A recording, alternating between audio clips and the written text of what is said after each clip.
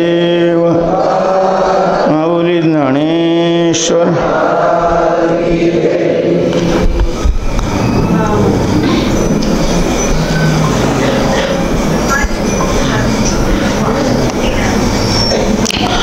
नमो सद्गुरु तुकया ज्ञान दीपा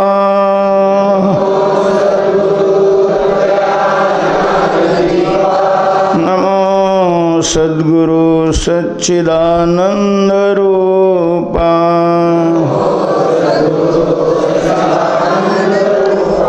नमो सद्गुरु भक्त कल्याण मूर्ति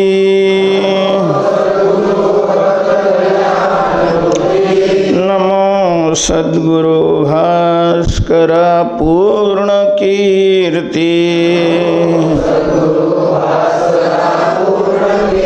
मनुष्याकृती राघवे ख्याति केली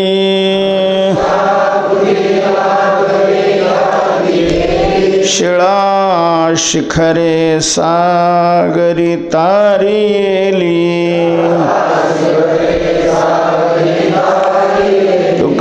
स्वामी हा पूर्ण ब्रह्म प्रकाशी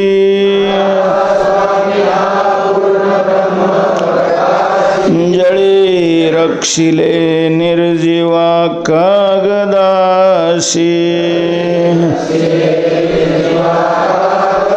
महाराज हा जन्मला मृत्युलोकी तुझे उपमाना ढळे हलोकी भवसिंधुसी बांधिला से तुझेने अनाथा दिना कारणे तुकयाने तुका भासला मानवी वेशधारी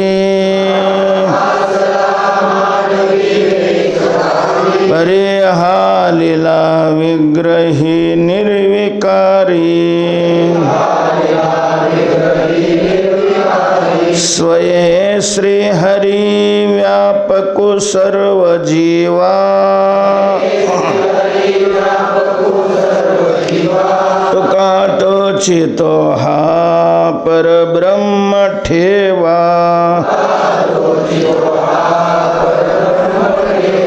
जया पूजिले आदरे पांडुरंगे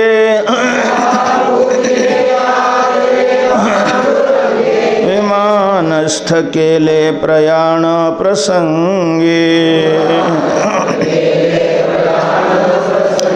तनुमानवी दिव्य रूपेच केली न त्यागी दिव्य लोकासी नेली पुंडलीक वरदा हरि विठ्ठल श्री ज्ञानदेव श्रीमंत श्री जगद्गुरु तुकाराम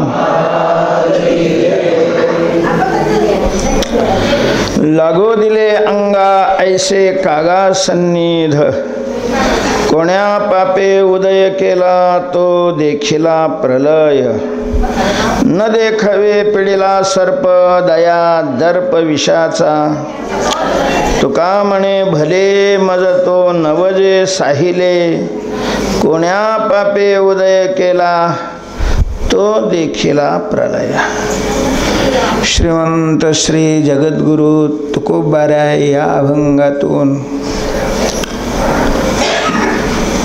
पांडुरंगाजवळ खेद व्यक्त करतायत.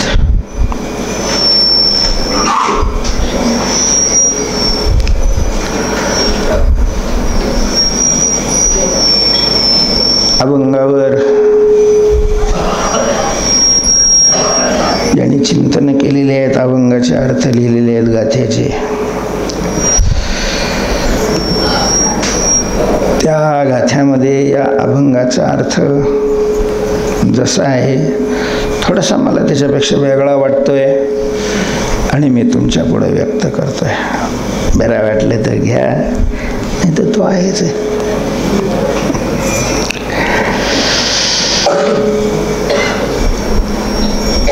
लागो दिले अंगा ऐसे कागा सन्निध. गा पांडुरंगा ऐसे अंगा सन्निध का लागो दिले. बहुतेक अर्थकारांनी सन्निध शब्द सोडूनच दिलेला आहे.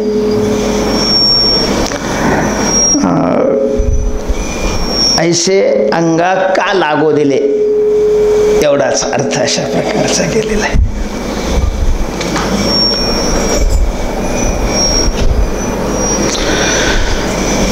संप्रदायामध्ये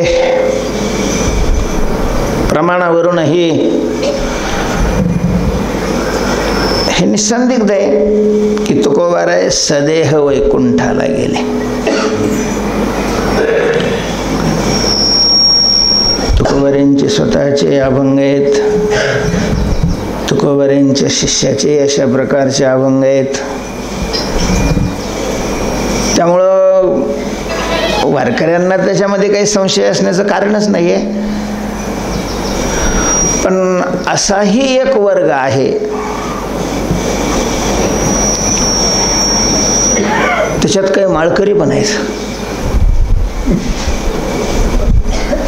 की जे तुकोबाराय सदेह वैकुंठाला गेले असं नाही, तर तुकोबारायांचा खून झाला अशा प्रकारचं मानणार. आता थोडंसं अलीकडे कमी झाले, पण मागे मागे प्रकर्षाने अशा प्रकारचा प्रचार केला जात होता.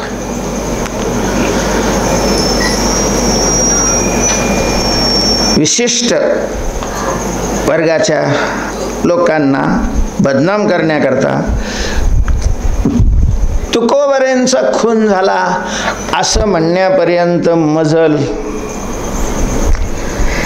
काही लोकांची गेलेली जाते आहे.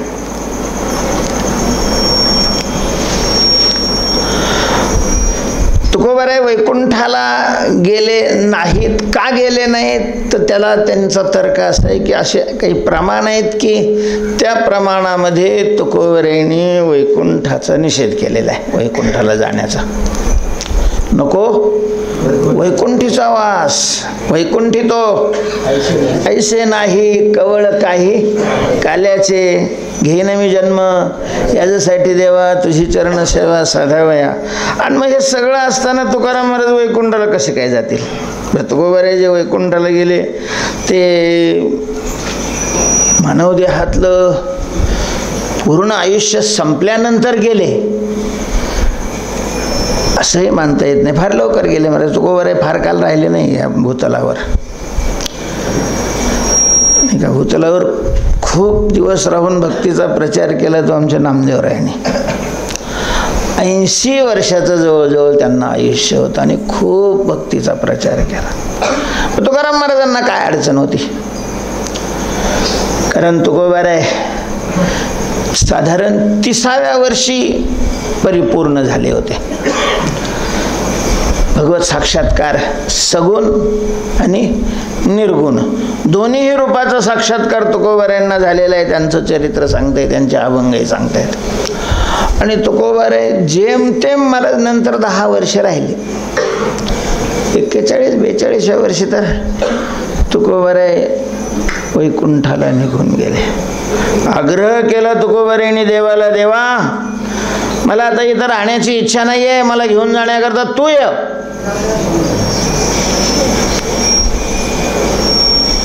भगवंतानी लवकर यावं म्हणून भगवंताच्या जवळच्या लोकांकडे वशिले लावले.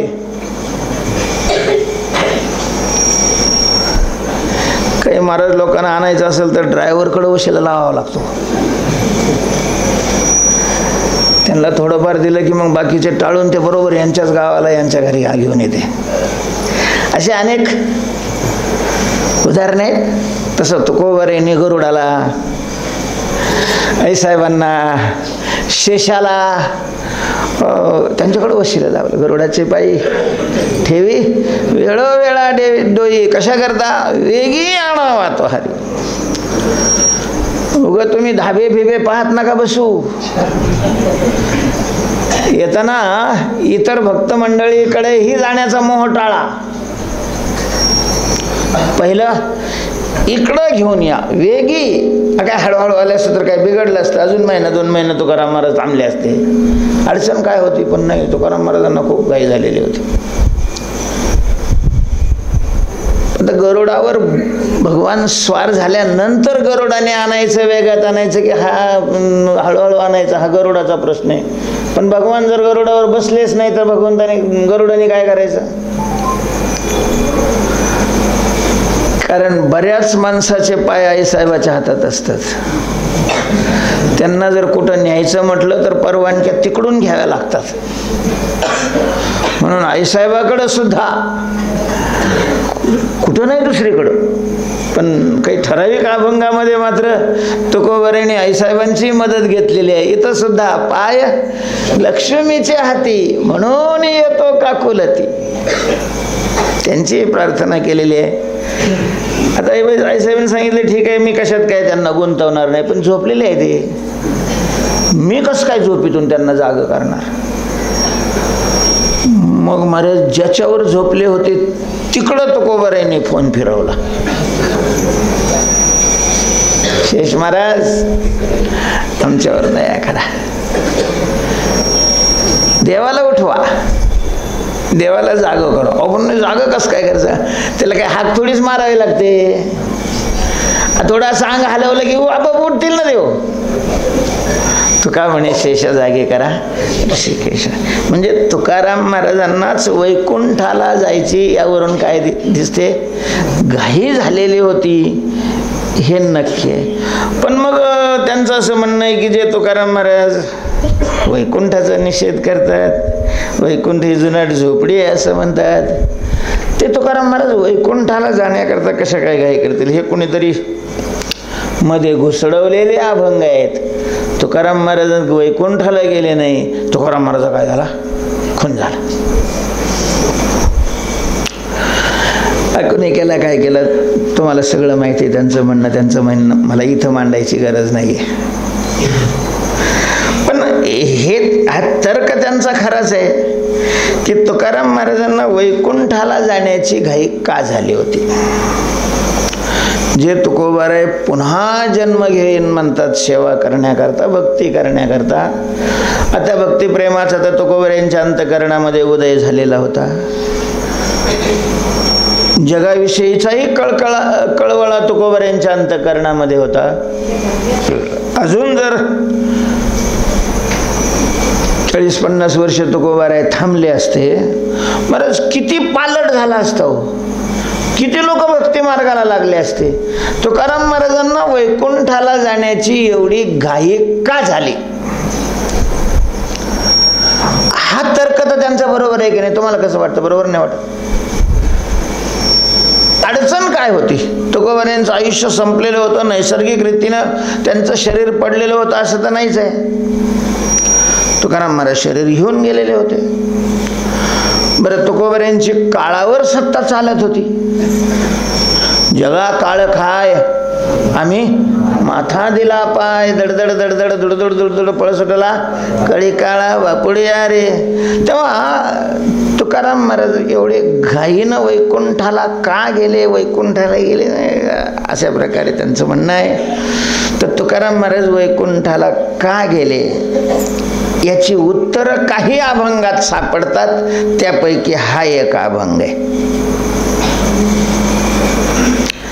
महाराज तुकोबाराय ज्या वेळेला परिपूर्ण अवस्थेला पोहोचले,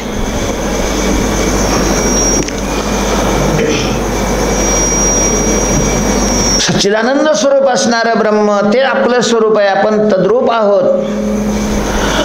अशा प्रकारचा निसंदिग्ध बोध झालेले जे महात्मे आहेत, तरीही जोपर्यंत शरीर आहे तोपर्यंत गुडगुड्या नारळासारखं का होत नाही, पण शरीरातच राहावं लागतं. जीवनमुक्त असली तरी विदेहमुक्ती नाही मिळत आयुष्य आहे तोपर्यंत.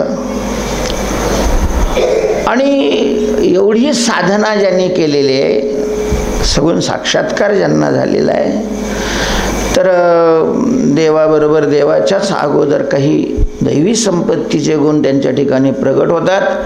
त्यामध्ये दया हा गुण अत्यंत महत्त्वाचा आहे. दया, क्षमा, शांती, तेथे देवाची वसती. दया, क्षमा, शांती.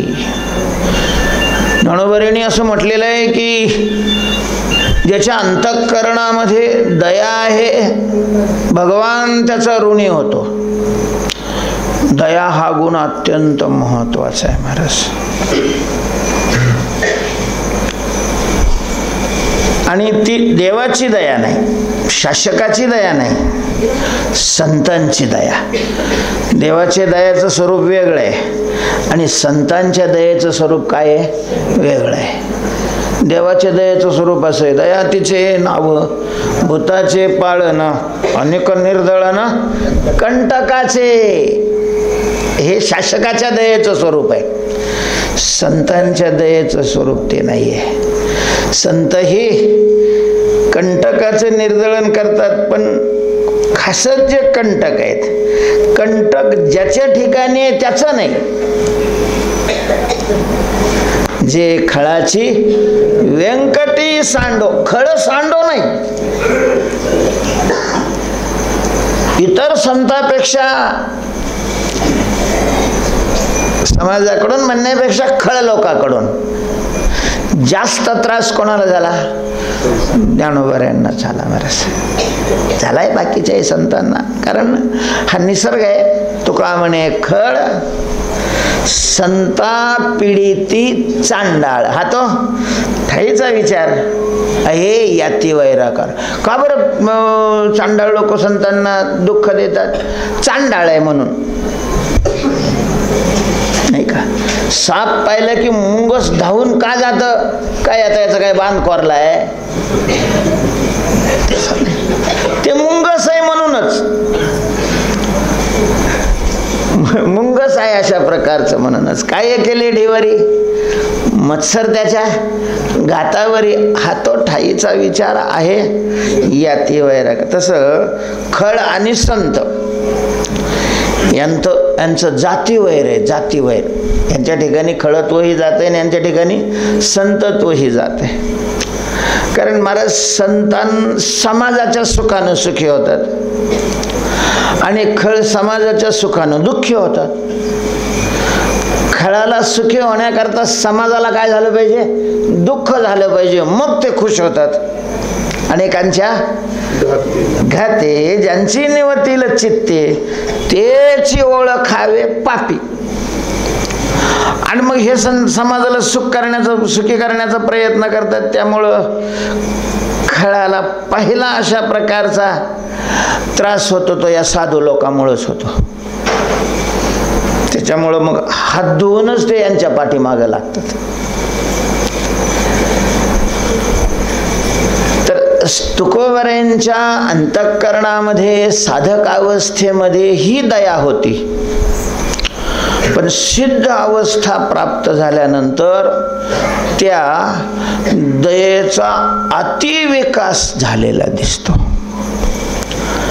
आणि मग दयेचं लक्षण हे आहे. दयेचं ज्ञानोबरांनी ज्ञानेश्वरीमध्ये खूपच वर्णन केलेलं आहे. अनेक दृष्टांत देऊन वर्णन केलेलं आहे. पाऊस शीतळत आला आहे, ते डोळ्याची लागे होय, तैसा परसुखे जाये सुखावत जो. काही चाललेलं असेल, उन्हाळ्यात चाललेलं असेल, चप्पल वगैरे पायात नसेल, फुफुट्यानं पाय भाजलेले असतील तर डोळे असे चळचळ चळचळ चळचळ करायला लागतात. आणि मग त्याला डोळ्याला शांतता द्यायची असेल तर डोळ्यात काही घालण्यापेक्षा पायाला काय करावं? तूप चोळावं, तेल चोळावं, पायाला शांतता प्राप्त झाली की डोळे आपोआप शांत होतात. तसं संतांना सुखी करायचं असं वाटत असेल, संत सुखी राहावे असं वाटत असेल, तर संतांना कपड्याचा आहेर करण्यापेक्षा समाजाला सुखी करण्याचा प्रयत्न करावा. कारण संत समाजाच्या सुखानं सुखी होतात आणि समाजाच्या दुःखानं दुःखी होतात.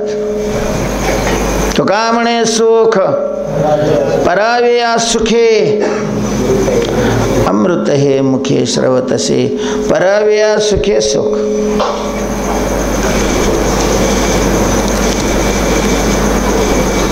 अनेक दृष्टांत दिलेले. तर तुकोबाराय सिद्ध अवस्थेमध्ये जीवन जगत असताना तुकोबारायांचा कालावधी आपल्याला माहिती आहे की त्यावेळेला महाराष्ट्रामध्ये यवनाचं राज्य होतं. शिवाजीराजांनी मराठ्यांचं राज्य स्थापनही केलेलं होतं, पण ते मर्यादित होतं, छोटं होतं. त्याच्यातही सतत युद्ध लढाया चालू राहायच्या आणि समाजाला खूप पीडा द्यायचे. ते घरं लुटायचे, घरं जाळायचे, तरुण स्त्रियांना ओढून अशा प्रकारचं घेऊन जायचे, अनन्वित छळ केला जायचा. आणि मग अशा प्रकारचा छळ लोकांना त्यामुळं भोगावं लागणारं दुःख हे तुकोबारायांना पाहावलं जात नव्हतं. असंच कुठंतरी तुकोबारायांच्या जवळच खूपच कोणाला तरी त्रास झालेला आहे.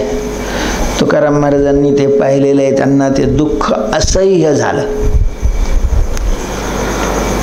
आणि म्हणून तुकोबाराय देवाकडे अशा प्रकारचा हा खेद तक्रार व्यक्त करतायत की देवा,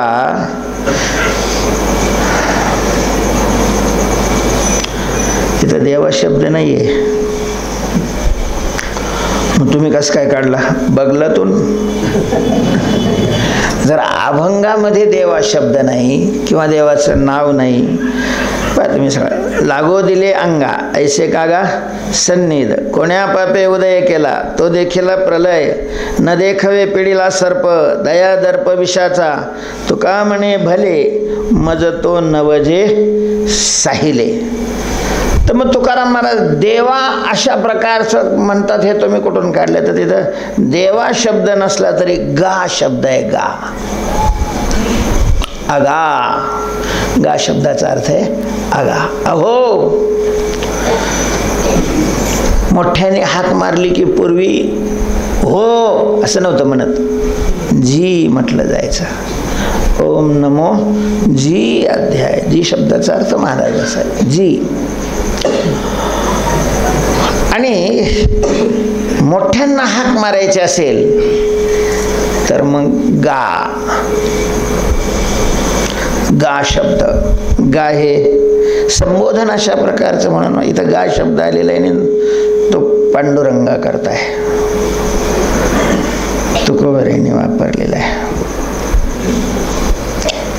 एगा एगा पांडुरंगा, तर तिथं पांडुरंगाला गा म्हटलेलं आहे. इथं पांडुरंगा नाही पण गा आहे, मग तो पांडुरंगाला उद्देशून म्हटला पाहिजे. बरं, जो विषय मांडलेला आहे समोर तोही पांडुरंगाच्या समोरच मांडलेला आहे, कारण या विषयाला पांडुरंगाशिवाय दुसरं कोण समजणार आहे. म्हणून पांडुरंगा समोर तुकोबाराय खेद व्यक्त करतायत, आपल्या अंतःकरणात होत असलेल्या वेदना व्यक्त करतायत. वेदना दूर करा अशा प्रकारची प्रार्थना तुकोबारायांनी या अभंगात केलेली नाही, पण आपल्याला होत असलेल्या वेदना व्यक्त केलेल्या आहेत. आणि मग आणखीन एक अभंग आहे, तिथं तर स्पष्ट असं म्हटलेलं आहे, देवा आता लोकांचं दुःख मला पाहवलं जात नाही. आता हे मला पाहण्याची इच्छा नाही, माझे डोळे मिटव. बऱ्याच घरी त्यांचे आई वडील असं म्हणताना दिसतात महाराज. त्यांच्या इच्छेप्रमाणे पोरं वागत नाहीत आणि पोरं जसं वागतात त्यामुळं त्यांना जी पीडा होते ती पीडा आईबापाला सहन होत नाही. आणि मग ते म्हणतात, देवा आमचे डोळे झाक रे बाबा, आता आम्हाला हे पाहण्याची शक्ती नाही आहे, आम्ही हे पाहू शकत नाही, आम्हाला हे पाहायचं नाही आहे, त्याच्यापेक्षा पाहणंच आमचं बंद कर. कदाचित तुकोबारायांनी सुद्धा देवाला वैकुंठाला घेऊन जाण्याचा जो आग्रह केलेला आहे तो याच कारणामुळं आहे. अशा प्रकारचं तुकोबाराय वैकुंठाला का गेले या प्रश्नाचं उत्तर देताना, वैकुंठाला गेले तुकोबाराय अशा प्रकारचा ज्यांचा ठाम विश्वास आहे त्यांनी मांडणी केलेली आहे. त्याच्यातला हा अभंग आहे. गा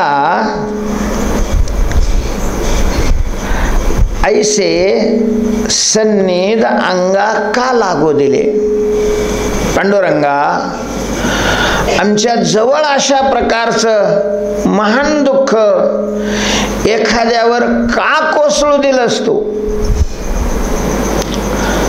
आमच्या ठिकाणी शक्ती नाही, ठीक आहे, काय करू देवा ऐसी ना ही शक्ती दंडोनी पुढती वाटेला. एखादा मंत्री आहे, एखादा अधिकारी आहे, एखादा सत्ताधारी आहे आणि प्रत्यक्ष अशा प्रकारचा तो अधर्म करतो हे दिसतंय, दोन त्याच्या कानामागं लावून त्याला नीट रस्त्याने लावा वाटतंय, पण तेवढी ताकद नाही आपल्याकडं.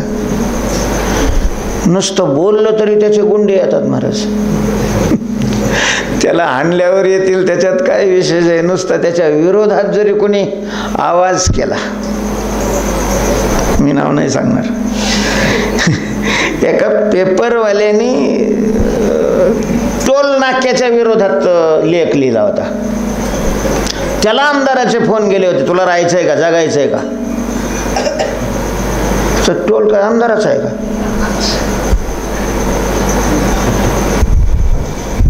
त्या टोलच्या विरोधात त्या याने लेख लिहिला, तर त्याला फोन गेला होता, तुला जगायचंय का. तर त्याच्या विरोधात जर एखादा बोलला तर त्याचं काय होत असेल. त्याच्यामुळं तुकोबाराय म्हणतात माझ्या ठिकाणी ती शक्ती नाही, पण देवा तुझ्या ठिकाणी तर सगळी शक्ती येणार आहे. तू तर शक्तीचा सागर आहेस ना. तू नुसतं संकल्प केला की सगळं घडते.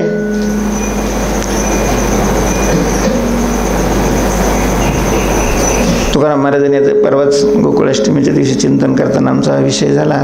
आम्हासाठी अवतार अभंग घेतलेला होता. भगवान सांगतात की परित्राणाय साधूनां विनाशाय च दुष्कृतां धर्म संस्थापनार्थाय, आणि तुकोबाराय म्हणतात आम्हासाठी. ते धर्मान बिरमान दुष्टाचा नाश करण्याकरता तो नाही अवतार घेत, आमच्याकरता तो अवतार घेतो. मग तिथं ही सांगा गेलो तुकाराम महाराज आम्हासाठी कसं काय म्हणतात. त्यांनी तर दुष्टाचा नाश करण्याकरता मी अवतार घेतो म्हणलं, तुकोबाराय आम्हासाठी कसं काय म्हणतात. तर त्याचं चिंतन करत असताना असेल, खरं तर याला दुष्टाचा नाश करण्याकरता अवतार घ्यायची काही गरजच नाही. त्याला जर एखाद्याचं वाटोळं करायचं असलं ना, एखाद्याला संपवायचं असलं तर त्याला स्वतः यावं लागतं असं काहीच नाही महाराज. त्याला तशा प्रकारची बुद्धी दिली का त्याचं आपोआपच वाटोळं होऊन जातं. म्हणजे रिझर्वेशन काढलेलं असताना ते रिझर्वेशन सोडून दुसऱ्या गाडीत बसतो आणि नंतर सगळीकडं वार्ता पसरते. त्याला काय लागत. एखाद्याला संपवायचं असेल असं त्यांनी ठरवलं, त्याच्या कर्माने त्याला प्रत्यक्ष होतं. ते सुंद उपसुंदची गोष्ट सांगतात ना. दैत्य होते, भयान तप केलं, ब्रह्मदेवाकडून अमाप शक्ती संपादन केली आणि वर असा घेतलं की आम्हाला दुसऱ्याकडून कोणाकडूनच मरण नको. पहिल्यांदा तर मरण नको हेच मागितलं होतं, पण ब्रह्मदेवाने सांगितलं नाही, व ते नाही शक्य, मरावं लागतं. पण ठीक आहे, आम्ही फक्त आम्हीच एकामेकापासून मेलो पाहिजे, दुसऱ्याकडून कोणाकडूनही आम्हाला मृत्यू नको, तथास्तु. मग काय, सगळे जगाला त्राही भगवान करून सोडलं महाराज. बरं, कोणी मारूच शकत नव्हतं, सगळे देवाकडे गेले. देवा, त्यांनी फार प्रलय सुरू केलेला आहे. पालकमंत्री आपण आहात, जगाचा पालकमंत्री तो आहे ना. अजून प्रलयाचा कालावधी आलेला नाही. भगवंतांनी सांगितलं काळजी नका करू. आता काय काळजी नका करू, तुमच्या हाती त्याला मरण नाही म्हणतात, तुम्ही नका ना काळजी करू. काय नाही, हिवाळ्याचे दिवस दोघंजण डोंगरावर बसलेले होते, उन्हाला, एक या दगडावर ते त्या दगडावर, खुश झाले, काही अडचणच नव्हती. जगात त्यांना आडवं येईल असं कोणीच नव्हतं. एवढ्यात महाराज वरून भगवंतांनी अप्सरेला पाठवला. ती खाली आल्यावर नाही, वर आकाशातच तिनं चाळ वाजवली. दोघांनी वर चमकून पाहिलं. मग आता काय, भगवंतानीच मायेला सांगितल्यानंतर ते रूप कसं असेल याची कल्पना नाही केलेली बरी परमार्थ करणार. आता तर राक्षसच होते. उपसुद्धाने सांगितलं, दादा पाहिलं का, इंद्राने घाबरून तुला मुलगी पाठवली. येडाय काय म्हणे, मोठा तो आहे का मी आहे, लग्न तुझं होईल अगोदर का माझं अगोदर होईल, तुझ्याकरता वहिनी पाठवलेली आहे. तो म्हणला, दादा तुम्ही मोठे हे खरं असलं तरी वाटा उचलायचा पहिला अधिकार लहानाला राहतो, मोठ्याला नाही राहत. आणि कुठाने करायचे, वाटे करायचे, लहानाने पहिलं उचलायचं. त्याच्यामुळं अलीकडे हरामखोर नवीन घेतलं का ते पहिलंच पोराच्या नावावर करते.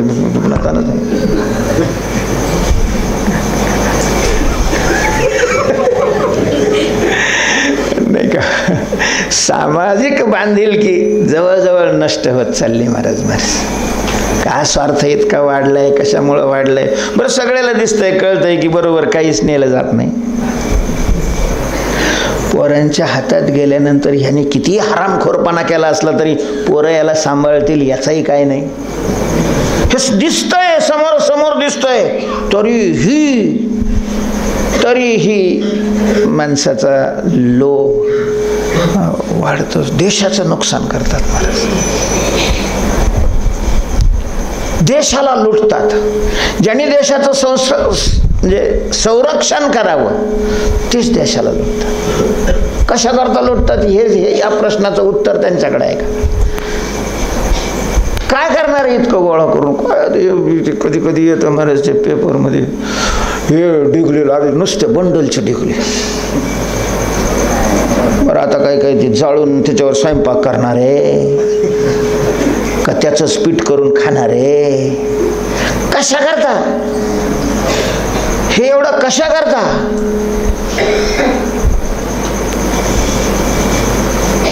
काही कळत नाही. पण माणसाचा लोभ हा, ते मोठ्याने वाटे करायचे आणि लहान्याने उचलायचे. जाऊ दे म्हणे, तिला विचारू आपण, तू कोणाकरता आली? हां विचार. आली ती खाली, ए सुंदरी तू कोणाकरता आलेली आहेस? आता ती कोणाकरता आली होती? या दोघांचं वाटोळं करण्याकरता आली होती. पण मग वाटोळं करण्याचा मार्ग तिनं सांगितलं, मी तुमच्यापैकी जो शूर आहे त्याच्याकरता आली. मी एकटी आहे, तुम्ही दोघं आहे, तेव्हा तुम्हा दोघांमध्ये जो शूर आहे त्याच्याकरता मी आले. मग आता शूराची परीक्षा कशी होणार? त्यानं गदा घेतली आणि त्यानं गदा घेतली, लोका दोघांचं द्वंद्व युद्ध. यांनी त्याच्या टाळक्यामध्ये नेम धरला आणि त्यांनी याच्या टाळक्यामध्ये नेम धरला. दोघांच्या टाळक्यात दोघांच्या गदा पडल्या, दोघं मेले आणि ती गेली निघून. तेव्हा दुष्टाचा नाश करायचा असेल तर याला अवतार घ्यावा लागतो असं नाही. पण भक्ताची इच्छा असते आम्हाला तुला बघायचे. आता तिथं काय करणार आहे? तिथं अवतार घेतल्याशिवाय दुसरं काय कारण आहे? तेव्हा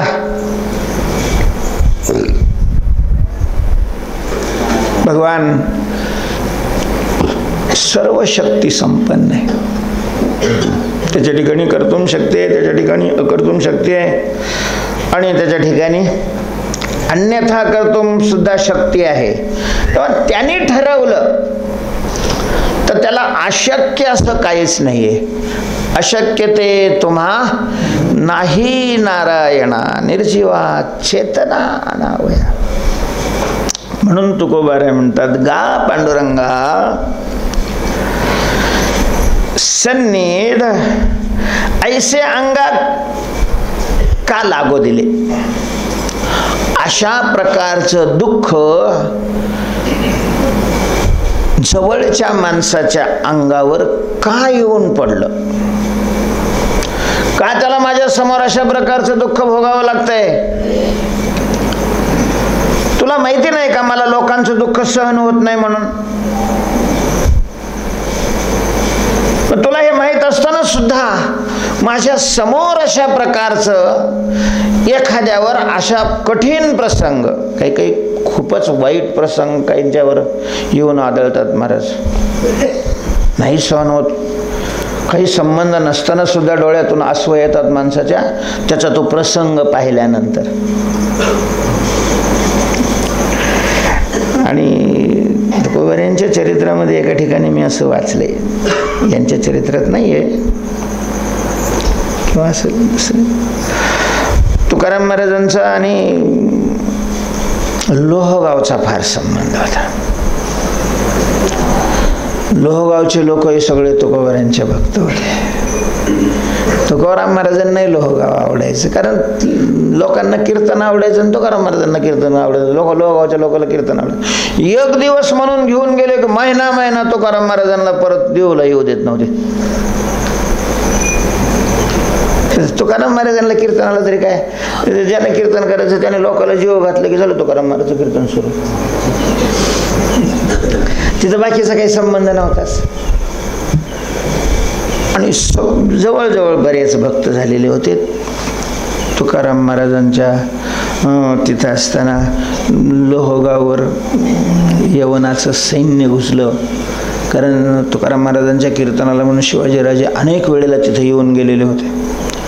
गुप्तचरांनी त्यांना सांगितलं आणि मग अनन्वित छळ केला लोहगावकरांचा. तुकाराम महाराज डोळ्यासमोर झालं ते. आणि मग तुकाराम महाराजांनी ठरवलं आता बघायचंच, इथं थांबायचंच नाही, नको इथं. कदाचित तिथला हा अभंग असू शकतो, आणखीन कुठला असू शकेल, पण तशाच अर्थाचा अभंग आहे. तुकोबाराय म्हणतात, अरे पांडुरंगा सन्निध अगदी माझ्या जवळ ऐसे अंगा का लागू दिले. अशा प्रकारचं दुःख लोकांच्या अंगावर येऊन का आदळू दिलंस तू? प्रतिकूल प्रसंग आहे, बरेच ते सगळे जीवावर नाही आदळत, ते कशावर आदळतात? देहावर आदळतात. आणि त्या देहाला आपलं स्वरूप मानणारा जो वर्ग आहे तो माझ्यावर हे प्रसंग आदळले असं मानतो आणि खूप दुःख करतात माणसं, खूप दुःखी अशा प्रकारचं होतात. तुकोबाराय म्हणतात, देवा असं तू का केलंस? का केलं तू असं? आमचं कोणतं पाप होतं की त्या पापाचा उदय झाला, म्हणजे ते पाप फलोन्मुख झालं.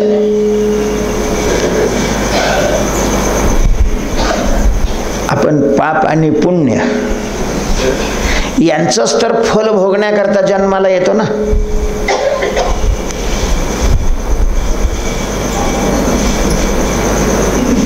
त्या भोगावया लागे यावे देह आहे का?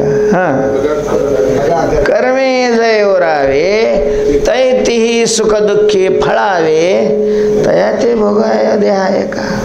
कर्म, आणि कर्म म्हणजेच पाप पुण्य. हे भोगात्मक कर्म आहे, कृत्यात्मक कर्म नाही. भोगात्मक कर्माचे 3 प्रकार असतात, क्रियमान, संचित आणि प्रारब्ध.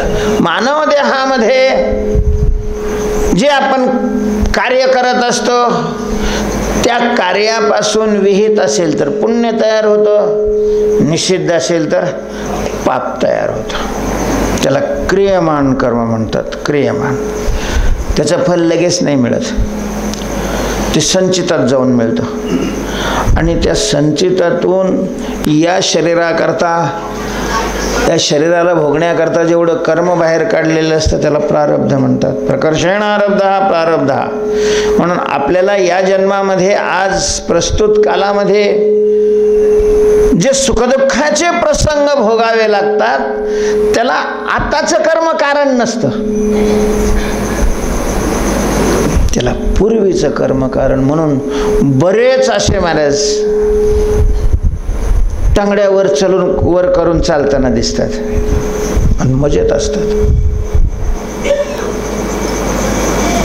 चालताना टांगड्यावर करून चालतात आणि मजेत असतात. बरेच असेही आहे की शास्त्रज्ञाप्रमाणे चालतात आणि दुःख भोगतात.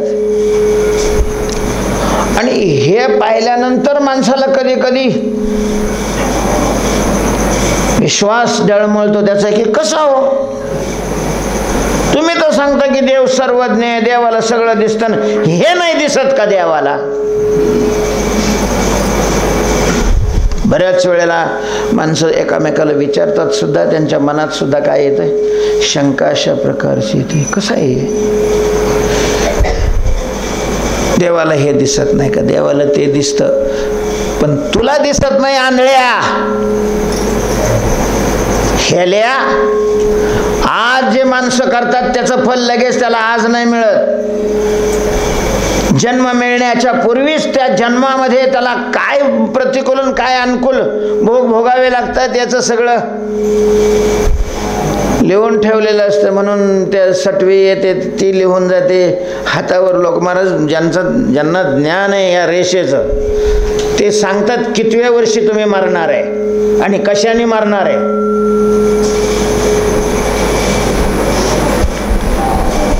म्हणजे हे सगळं पूर्वीच काय ठरलेलं आहे. पूर्वीच कसं ठरलेलं आहे, हे पूर्वीच्याच कर्माचे भोग भोगण्याकरता हे शरीर मिळालेलं आहे. आताच्या त्याच्या करण्याचा त्याचा काय संबंध आहे? हा, आता आपण नजर बदलू शकतो, भोग नाही बदलू शकत.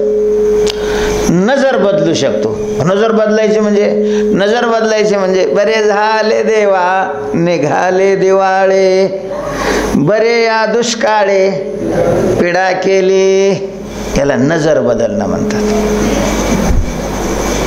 आणि ती बदलली नसेल तर कीर्तनकार असला काय, एखादा महंत असला काय, मठपती असला काय, आमका असला काय, त्याला ते पूर्वीचे भोग भोगावेच लागतात आणि त्या दुःखाने तो दुःखी होणारच जर त्याची नजर नाही बदलली तर.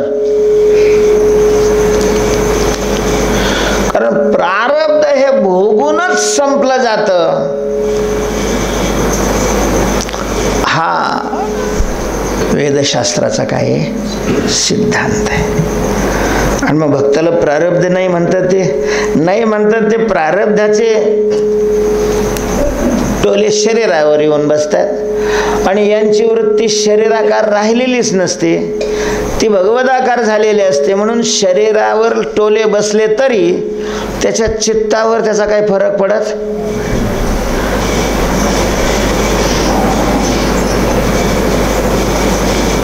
त्रिविध मुख्य आगवे उपद्रवाचे मेळावे, वरी पडलिया नव्हे वाकुडा जो. पण वरी पडलिया ना, प्रारब्धाप्रमाणे ते त्याच्या देहावर येऊन पडतातच.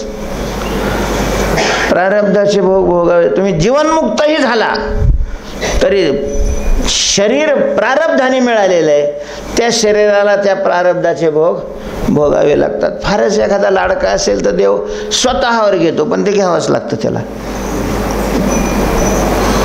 आम्हा घाली पाठीकडे किंवा सुख ठेवी आम्हासाठी, दुःख आपणची घोटी. तुकोबाराय म्हणतात, देवा आमच्या कोणत्या पापाने उदय केला म्हणून आम्हाला हे बघायला मिळाले.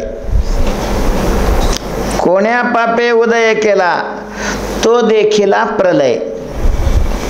कोण्या पापे उदय केला, आमच्या कोणत्या पापाचा उदय झालेला आहे?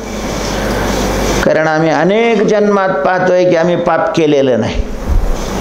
पण ज्या अर्थी समोर एखाद्याचं दुःख पाहावं लागतंय म्हणजे काहीतरी काय आहे, पाप आहेच ना. आमचं कोणतं पाप आहे? का आमच्या समोर अशा प्रकारचा प्रलय घडतोय? काय एखाद्याला त्रास होतोय? काय एखाद्याला दुःख देतोय? देवा, आमच्या अंतःकरणात असलेली दया ही समोरच्याची पीडा पाहू शकत नाही. आणि त्याच्याकरता दृष्टांत दिलाय महाराज, न देखवे पिडला सर्प, दया दर्प विषाचा. विषाचा दर्प असणारा सर्प पिढीला न देखवे. विषय त्याच्या ठिकाणी, त्याच्या विषयाने तो अनेकाचा घात करू शकतो. आम्हालाही माहिती आहे. तरीही कोणी जर सापाला मारू लागलं तर संतांना नाही सहन होते. कारण त्यांच्या दृष्टीनं सर्प विंचू सुद्धा काय असतात? नारायण आहे. तो का म्हणे सर्प विंचू नारायण. अंबाजीबावांनी तुकोबारांना काठड्याने मारलं महाराज. ज्या कालामध्ये अंबाजीबावांनी काठड्याने मारलं त्या कालामध्ये अंबाजीबावा हा म्हातारा होता आणि तुकोबाराय तरणे होते. एक जर मुस्काडात लावली असती तुकाराम महाराजांनी तर यानं 3 कोलांट्या खाऊन तिकडं पडला असता. पण तो मारित होता आणि हे विठ्ठल विठ्ठल विठ्ठल विठ्ठल करत होते. आता मारल्यानंतर जर ते प्रतिक्रिया काही नाही आली तर ते आणखीन चिडायचं. एक कटोडी संपली की दुसरी कटोडी उचलून त्यांनी मारायचं. तुकाराम महाराज शांतच होते. का शांत होते? त्याची 2 कारणं होती. एक तर तुकोबाराय क्रोधाबरोबर युद्ध करत होते आणि दुसरं तुकोबारायच्या अंतःकरणात दया होती. ती दया अंबाजीबावाचं काय करत होती? रक्षण करत होती.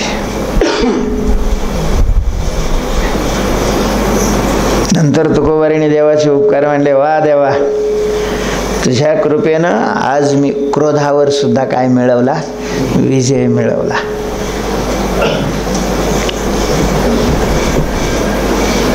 दया.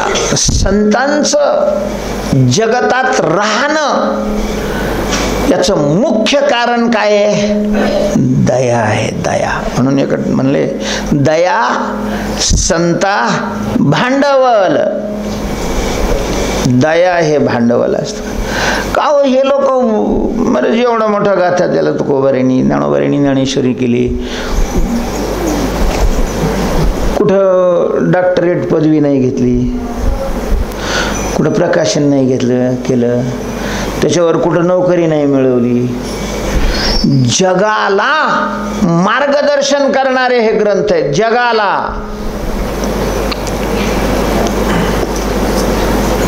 आजही भारतापेक्षा पाश्चिमात्य देशात या ग्रंथाचं जास्त अध्ययन चालू आहे आणि ते केवळ नुसत्या श्रद्धेनं त्या ग्रंथाकडे नाही पाहत. त्या ग्रंथामध्ये जे सिद्धांत सांगितलेले त्याच्यावर त्यांची संशोधनं चालू आहेत.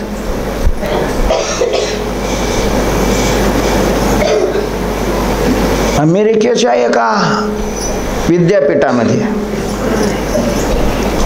तुकोबारांच्या अभंगाविषयी एक लेख आलेला आहे. पण ते आपले हरिभक्तपरायण लोहितकर महाराज त्यांनी त्यांच्या ह्याच्यात लिहिलेला आहे. तो इंग्रजीमध्ये लेख. पण मग हे ग्रंथ ज्याने लिहिले त्याने समाजाकडून काय अपेक्षा केली?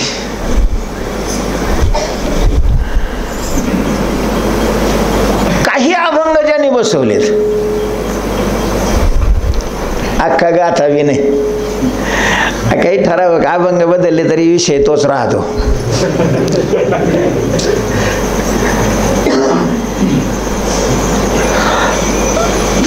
संतांनी काय, मग संत करतात कशा करता करत होते? दया.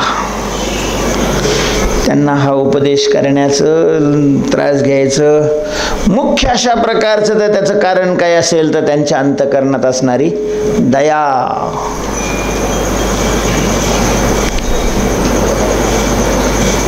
उडत हे जान न देखवे डोळा, येतो कळवाळा म्हणून या. तर ही दया सापांना पीडा होत असताना सुद्धा त्यांना गप्प बसू देत नाही. त्याच्या ठिकाणी विष आहे, विषाचा दर्प आहे, हे सगळं खरं आहे, तरीही पण मारू नये सर्प संतांची आहे दृष्टी. संतांच्या दृष्टीने संतांना विचारलं का याला काय करायचं? जसा जगामध्ये तुला जगण्याचा अधिकार आहे तसा जगामध्ये त्यालाही जगण्याचा अधिकार आहे. आणि मला साप कोणालाही चावतो असं नाही, तो त्यालाच चावतो की जो ज्याला त्याला चावलेला असणार आहे. 50 माणसं झोपलेले असतात, मधल्याला जाऊन एखाद्याला डसत मारत, बाकीच्याला नाही डसत. तर त्याला हे यांनी त्याला पूर्वी त्याला कुठल्या तरी याने काय केलं असतं, मारलेलं असतं आणि मग ऋणवैराहत्या येतो न सुटे ने देतो. आता ते सर्प मित्र खुशाल अंगावर गेले, हातात खेळवते मला साहेब, काय नाही करत त्यांना. संतांची दृष्टी आहे ती, संतांच्या दया असते. आणि मग दया असल्यामुळं सर्पपिढीला न देखावे, सापाला जरी पीडा झाली तर ती सुद्धा त्यांना पाहवली जात नाही, त्यांना ते सहन होत नाही. आणि मग कोण्या पापी उदय केला तो देखला प्रलय. तुकोबार आहे असं म्हणत असताना कुणीतरी त्यांना विचारलं, महाराज प्रत्येकाला जे सुखदुःख भोगावं लागतं ते त्याच्या कर्माचं फल असतं. आणि का रुसावे न लगे बहुता, नाही का? हे नुसत्या चाली लावण्याकरता थोडी प्रमाण आहे. आपुल्या संचिता वाचून या. कारण आपल्याला जी पीडा होते त्याला कुणीही जरी माध्यम बनत असला तरी मूळ आपणच त्याला त्याचं उपादान कारण असतो. कारण तशा प्रकारचं कर्म आम्ही करून ठेवलेलं आहे, आम्ही कर्म केलेलं असतं. म्हणून वासुकीच्या वनामध्ये सीतामाता शोक करत असताना मी काय कोणाचं केलं, काय दुष्ट आचरण होते म्या केले, तीर्थव्रत होते कवनाचे भंगिले. गाये वत्सा पत्नी पुरुषा विघडविले. त्याच्यामुळं मला माझ्या नशिबी अशा प्रकारचा हा भोग आलेला आहे. काय केलं? अर्थात त्यांच्या नशिबी तो भोग आलेला सुद्धा त्यांच्याच ते कर्माचं फल होतं, हे नक्की आहे, हे नक्की आहे. एकतर ह्या बाबाला बी पुष्कळ त्रास झाला ना सीतेचा वियोगाचा, तर त्यानं नारदाला त्रास दिला होता. त्याने नारदाला त्रास दिलेला होता. त्यावेळेस सांगितलं असतं की बा संन्यासी आहे तुम्ही, संन्यासीच राहा, कशाला काय त्रास झाला असता. महाराज पार त्याला सांगितलं, हा काय काळजी करू नको, तुला वेळेवरती रूप प्राप्त होईल, अमकं होईल तमकं होईल. आणि वानराचं रूप दिलं, थोबाड दिलं त्याला. त्याच्यावेळेला नारदाला कळलं, तळपायाची आग मस्तकाला गेली, शापच दिला,